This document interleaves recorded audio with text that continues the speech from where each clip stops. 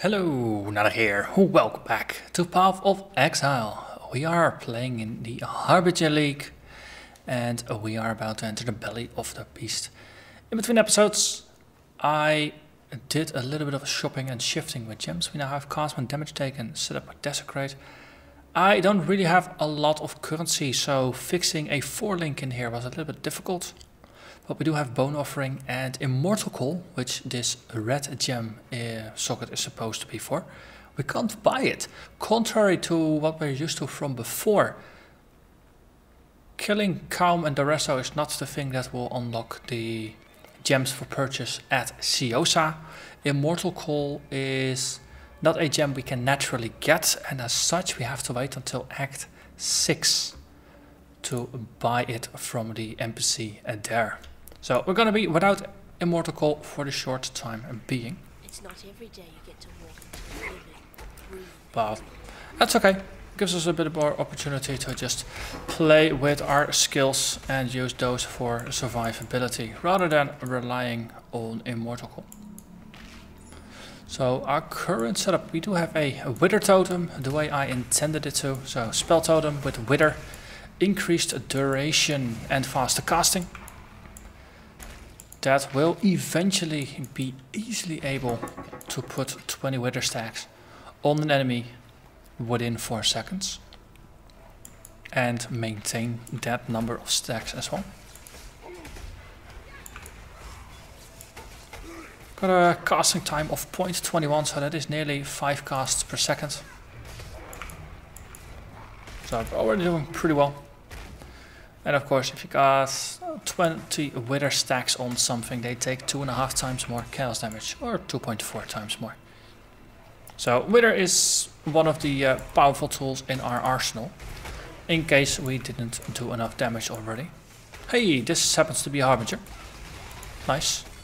Been looking forward to actually seeing more Harbingers, since it does feel a little light on the Harbingers for something called the Harbinger League. But as I mentioned before, that might just me being not lucky, or it might be specific to some areas that get more Harbingers than others.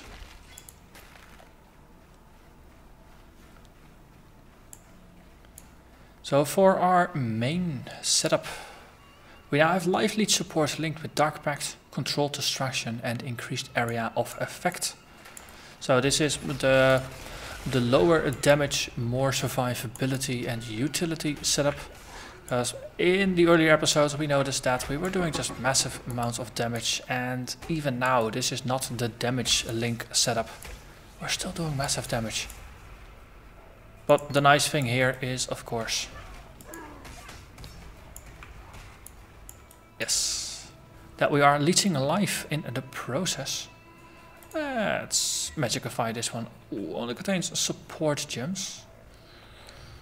Would it be useful if we could get, let's say, an Immortal Call a bit earlier? Okay, increased quantity means more gems. Let's make them freeze immune. And then just murder things. Lovely. Okay. Always some gems with quality, which is nice to sell for some gem cutter prisms. And no Immortal Call. Too bad. I keep doing the daily quests for Elrion and for Haku. So there's a daily chance of getting Immortal Call from them as well before we arrive at Act 6. And of course then there's the old-fashioned getting lucky with drops.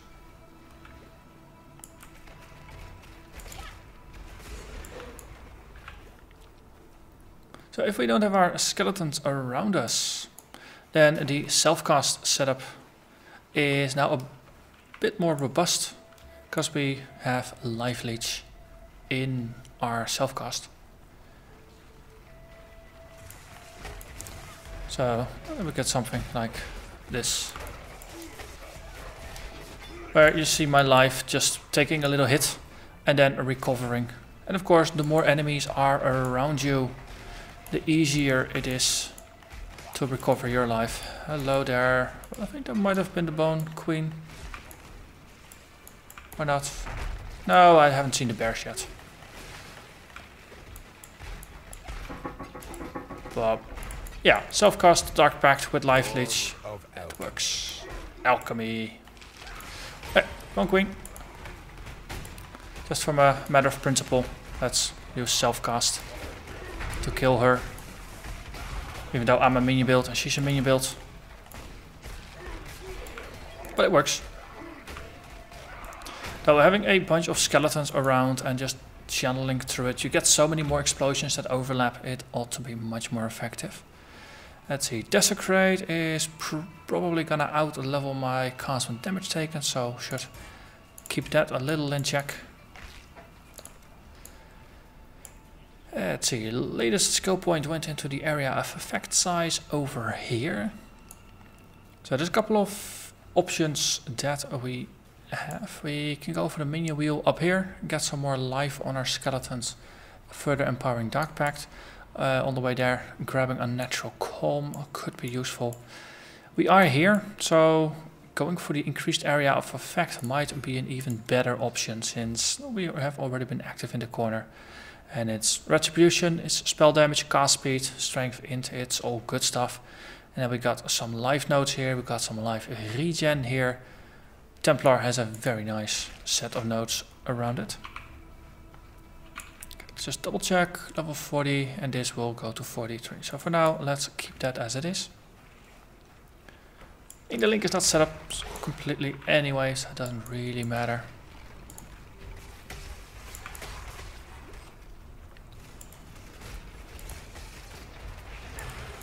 Oh, stop casting mines underneath my feet. Don't you know that is sneaky?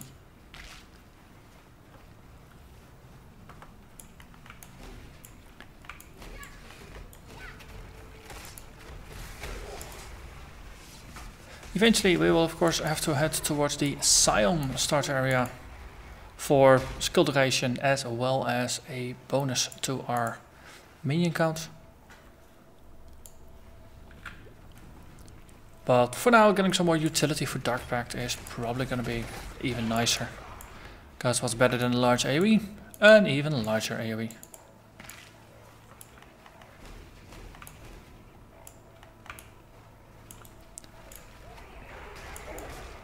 Oh, they're getting ambushed. Oh no, whatever shall I do?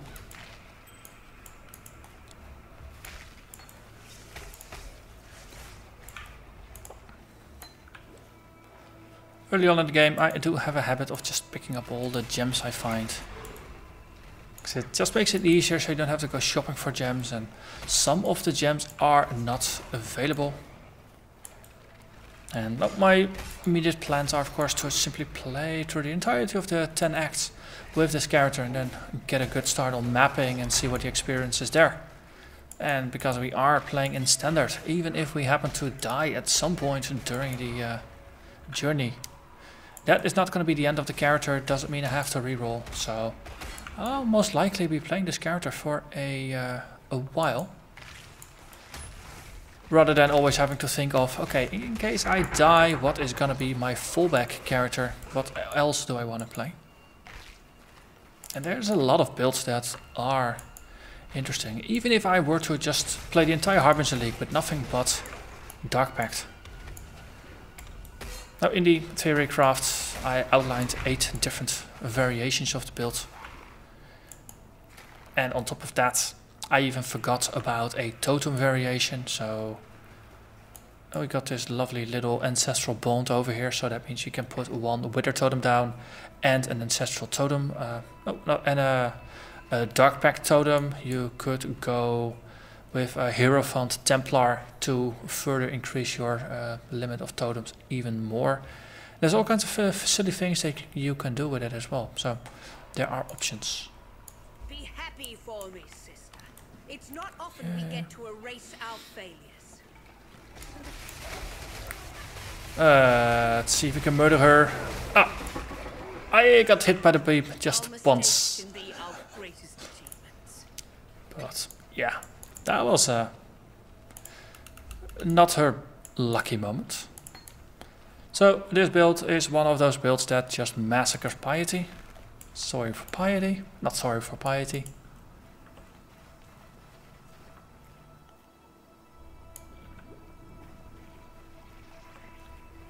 seems I've underestimated parts. Good. I like surprises. Okay, let's stop leveling Arcane Surge, since I have been... Oh, 41 already. I've been accidentally leveling it a couple times, and the mana requirement for Arcane Surge kind of far outstrips my Flame Dash now. I could combine it with some Orbs of Scouring, Harbinger, to just decrease the level a little bit, but this early on there are other uses for the Orb of Scouring that might be more useful, just actually for scouring some decent base items with good links.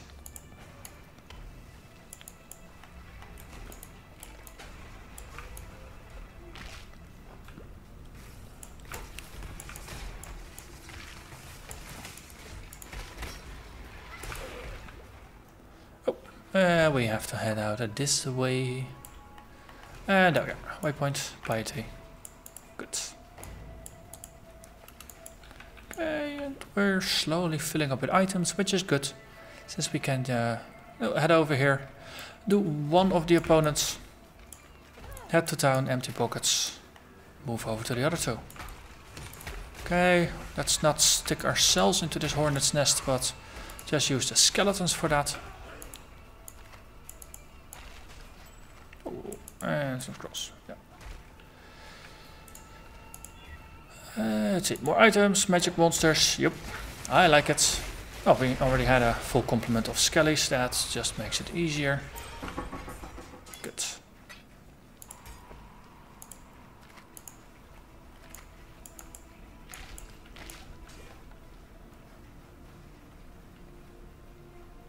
And who is the first? Shavron of Umbra.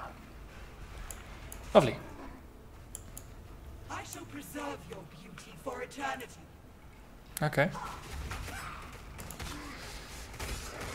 I don't think that's gonna apply to you though. Bye. Got her before the first hit. I'm glad I won't be seeing any more of your work. And we were porting back, but these minions, they were just taunting me. They were just silently shouting, "Kill me, kill me." I had to oblige them. Because otherwise that just would have been rude. Okay, just all the items. We opened up a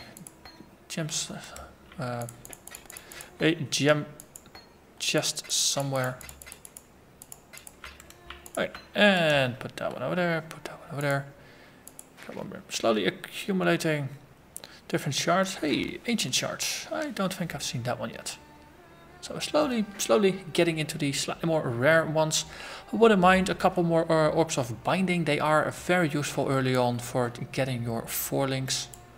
No, that was not the button I need to hit. So used to going through the waypoint. About 50% of the times I end up using the wrong one in that situation. At least that's what it feels like.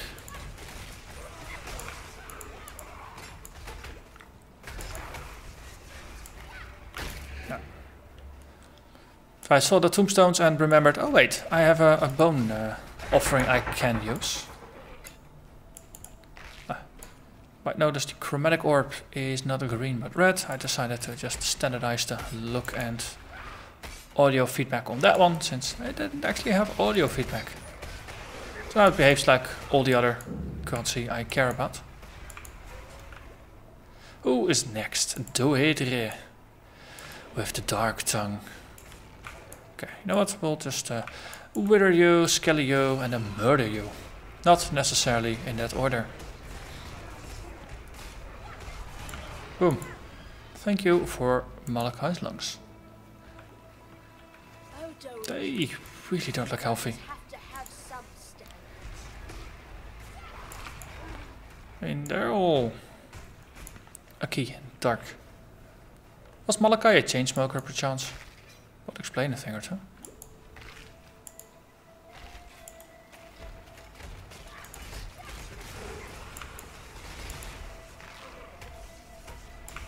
Hey, there is the first Fizz Reflect, and look at me not caring chaos damage is immune to reflect.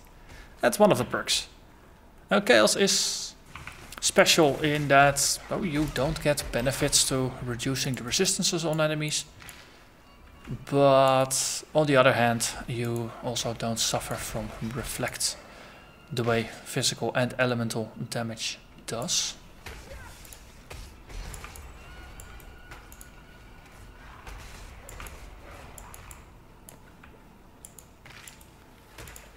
And Malagaro, a fellow Chaos user, is next. Okay, and there we go. Bye bye.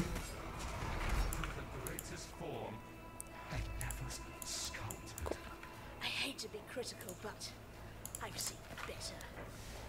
Okay, that concludes our hunt for organs. Let's empty our pockets here. And then move forward. Malachai, I'm coming for you.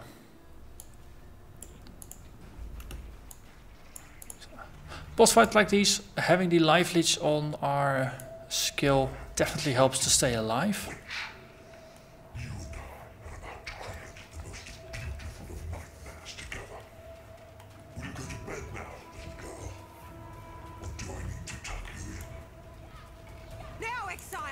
Okay, that's not tentacle here, but here we go.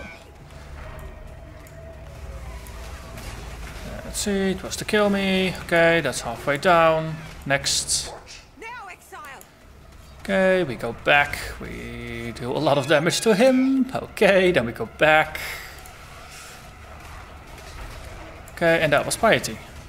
Well, even if in our life leech and greater increased area of effect setup, we are murdering things rather rapidly. Oh, and lovely. The corpse of piety we can use to recover one missing zombie. I was convinced I'd made a fatal mistake in sparing. Okay, bye bye. Yeah, Totem, Skellies.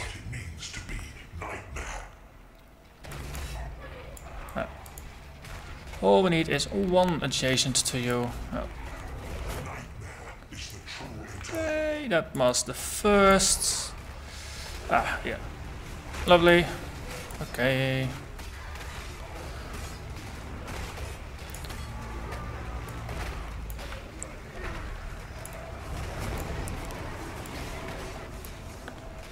I think it's time for you to teleport to the next heart, isn't it? Exactly. Oh, let's blow it up. This is just... It almost feels like cheating, just how much damage we're doing here.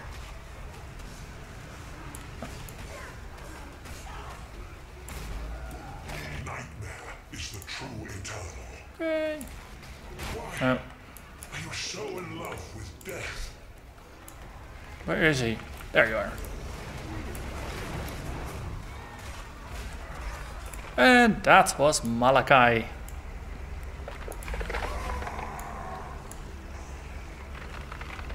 And pop.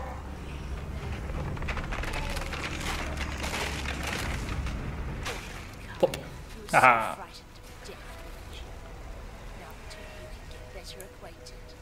It's really not so bad once you get to know it. It's really not so bad once you get to know it. Says the Necromancer, who should know. That completes the first part of this episode. But of course, now we should be able to get out of town via the ascent. And I think that is a very nice thing for the final bit here. The little girl walked it. Yep. Dream to the greatest dreams. What do you require? And they're sending me first. Okay. It's behind there, not in front. So this is the moment where we step forth into new content. I've tried my best to keep the amount of spoilers to a minimum so far, just slightly hinting or in general terms describing what was to come. Oh, based on what I know from having played until Act 8. From here on, we're gonna enter new content, so, well, of course, if you want to experience it all for yourself, this is probably the point where it's useful to pause the video, add it to a bookmark or something, and then come back after you've played through it yourself. Otherwise, I'm gonna play through all of the new content. I'm gonna take my time to go through all the content. Every new act so far has started with a lot of lore, because of course in town there's NPCs and they have a lot of things to say. So I'm gonna make separate videos with the welcome to the act lore. So the people who have already watched my beta videos, they can just skip those videos if they don't want to hear. But no, in the beta some of the voice acting was not entirely there, and I did my best to do some voice acting there, but of course I'm not a professional voice actor, so the true voice artists, they have done a much better job than I have. So I'm gonna go through all of the lore, listen to it all, and just try to contain the big bunch in a single episode, and then while playing through the quests, listen to the lore as well. So this is gonna be a slightly slower playthrough than normal, but I'm gonna try to just put the lore in its own thing. So if you don't really care about listening to 20 or 30 minutes of lore, then you can skip that. That said, spoiler warning is up now, and we're going into new content. We are ascending the mountain through the snow area.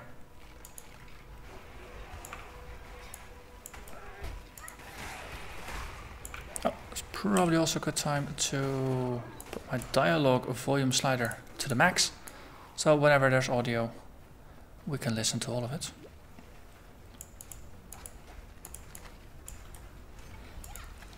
So there are Blackguard Jaegers here.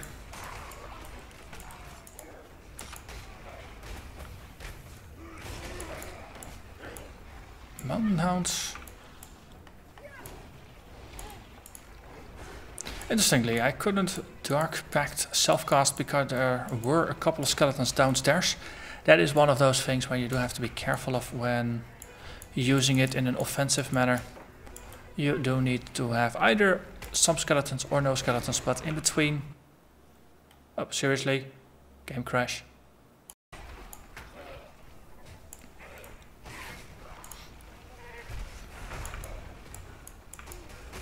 So we got some snow goats and blackguards here.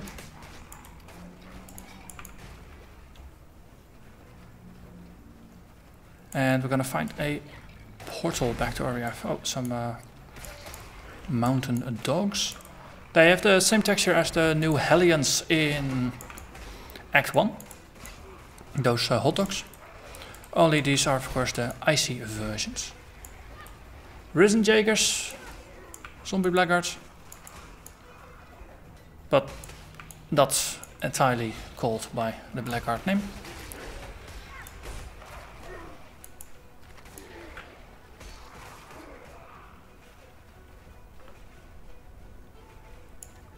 Okay, there's things on the other side. We can't really do much to reach there, so let's see if we can find a way across. And luckily there is a bridge here. So every area in general has one unique monster that's there. This area is no exception. So I'm gonna try my best to at least find the unique. And I believe it was one of these Wendigos. So that's what we're gonna be paying extra attention to.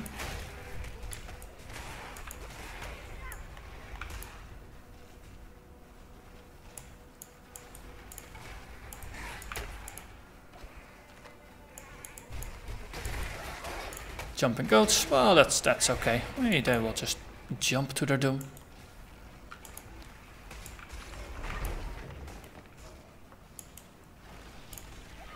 Just seeding the area with a couple of skeletons definitely makes it easier to just wipe out entire packs. And if you're seeing just how much of the damage is coming from Dark Pact versus the minions, I'm actually considering replacing the minion damage support gem that we have in our helmet for the zombie and the skeleton with the minion speed gem. Just so that... Oh, that's actually out of the level there, walking in. That's fun. But by increasing the speed... Oh, that's not out of the level. That's just interestingly looking edge. Increasing the speed, it means they just walk faster towards the enemies. Ah, there is the white death. Okay, get some skellies and murder you. And it is on the list of things we have to kill. So there's another good reason for going after them. So for the challenges, defeats, kill the unique monsters. There's a long list of 23 things that you have to kill. Let's not show it for too long, because there's some spoilers in there that even I don't really want to see either. Because I haven't played Act 9 and Act 10 yet, and I would like that to be a surprise for me, as well as for those who are watching along to see it for the first time.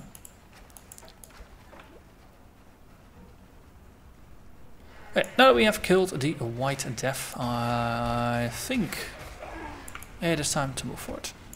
Might be useful to at least have a... Hey, our gem is almost ready to level up. I was gonna say might be useful to have a look at the next thing to murder in line, but I might as well just do that in retrospect. I know there is one event in Act 5 that will change the level in a way that you can't go back to the old layout. That is... and that has impact on a specific monster that you cannot kill if you make the event happen. So there is one thing to just pay attention to. Let's see. But when we get there, I'll point it out. Those who have already seen the footage probably know at least the event I'm referring to. There's a square with a boss. That if you're doing a relatively straightforward route, then you should be able to see it. So it should be good. Okay, so there's a lever and there's instructions. Let's listen to the instructions. Captain Tavares, altitude is imperative to forging a stable connection with the prime resonator in Theopolis. Power source is equally vital. Locate a fissure in the mountainside and lower a conductive cable into it. The deeper, the better. It will take an immense amount of thaumaturgical energy to execute the successful disintegration and transmission of objects, both inanimate and animate, between Highgate and Theopolis. For that kind of power, we must tap the origin. I needn't remind you of the consequences should either of those elements prove deficient. That is why I would like you, Tavares, to be the first to test the resonator once it is operational. Accountability is a perfect counterweight to ambition. High Templar Dominus. So, the long arm of Dominus stretches even this far. I let someone build this contraption, this teleporter contraption. And gonna hit it, and then that is gonna be the end of the episode. So let's do it.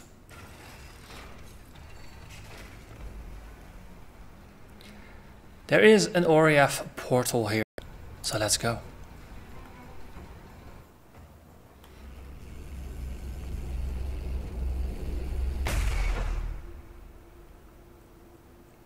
Pay attention, there is a dude over there that doesn't seem to be too happy. And he's walking away. So I do like that Terminator style entry. Does have a certain style to it. So we are now in the slave pens, where we have Oriath enforcers and slaves not quite seeing eye to eye with each other. And me, of course, being a bit of a third faction here. I also see those crosses all over the place on the floor.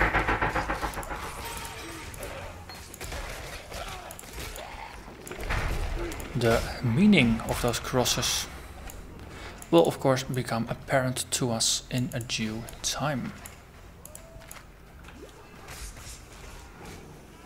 Hey, hello, this one has been ghost possessed. Luckily, we chewed through most things. Some corrupting blood. Let's fix that before the energy shield completely runs out.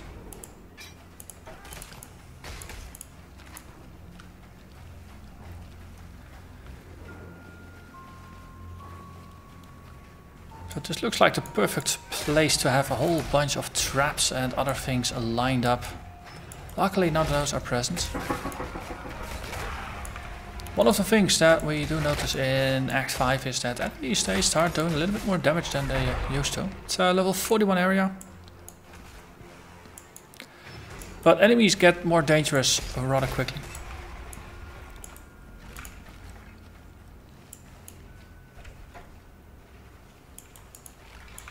So that is definitely something to keep in mind. My experience in the beta was definitely that you needed to rather regularly, at least once per act or between acts, take an opportunity to just make sure that your gear was up to par, and if your gear wasn't, and then going back to just grind some areas was not actually a bad idea. Wow, there's actually just hands in there, presumably by just slaves are all stuck down there. It's a detail I did not notice at first. Again, that explains a thing or two. Oh wait, and the truth extractors, they're not actually slaves, they are... I think they're just part of the Oriath enforcers. It's the more torturous hand of the Templar order here.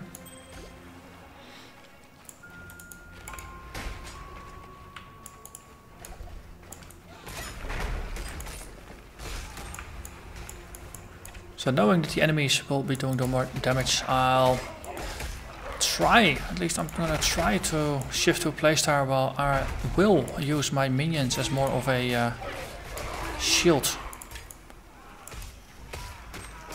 And I'll be artillery support, so the minions are gonna be just catching the brunt of the attacks. Also the music stopped. And there's the music again. Ah. I thought it was the silence before the storm, before the boss fight of the area. Ah, there's the boss fight. Overseer Crow. Who has some fancy looking skills. But still didn't manage to survive here. So I still actually have to have a quick look here. If we don't hide... Okay. Oh, it actually is. So the Matriarch is gonna be the next one. Okay, the Matriarch is also the one that is before the world change, which is tied to the first major boss fight. You will know when you are in the boss fight.